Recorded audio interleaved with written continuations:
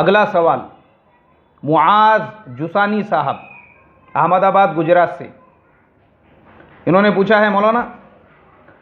اللہ کے پیارے نبی صلی اللہ علیہ وسلم اپنے داڑھی مبارک میں کون سا تیل استعمال کرتے تھے؟ بھائی معاذ بھائی،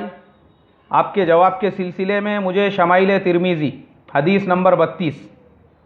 حدیث ملی ہے، میں آپ کو وہ پوری حدیث عربی متن کے ساتھ اور اس کے ترجمے کے ساتھ پڑھ کر سناتا ہوں۔ وَبِهِ قَالَ حَدَّثَنَا يُوسُفُ بن عِيسَى قال حدثنا وكيع قال حدثنا الربيع بن السبيح عن يزيد بن أبان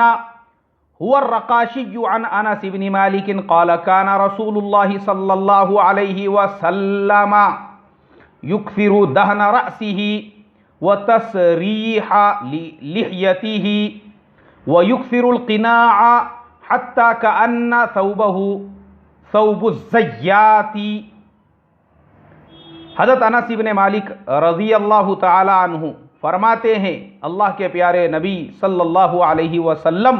اپنے سر مبارک پر اکثر تیل کا استعمال فرماتے تھے اور اپنی داڑھی مبارک میں اکثر کنگھی کیا کرتے تھے اور اپنے سر مبارک پر ایک کپڑا ڈال لیا کرتے تھے جو تیل کے کثرت استعمال سے ایسا ہوتا تھا جیسے تیلی کا کپڑا ہوتا ہو۔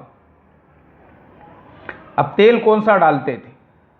قرآن پاک میں اللہ نے فرمایا زیتونۃ لا شرقیۃ ولا غربیہ، زیتون کی تعریف میں، اور حدیث میں اللہ کے نبی نے فرمایا یہ زیتون کا تیل اگر کوئی اپنے سر پہ لگاوے تو 40 دن تک شیطان کے مکر و فریب سے محفوظ رہے گا۔ یہ میں نے ایک کتاب میں پڑھا تھا۔ تو پتہ یہ چلا اللہ کے پیارے نبی صلی اللہ علیہ وسلم کھانے میں بھی اور سر پہ اور داڑھی مبارک میں لگانے میں بھی زیتون کا تیل استعمال کرتے تھے، اس لیے ہم نے بھی زیتون کا تیل استعمال کرنے کی کوشش کرنا چاہیے۔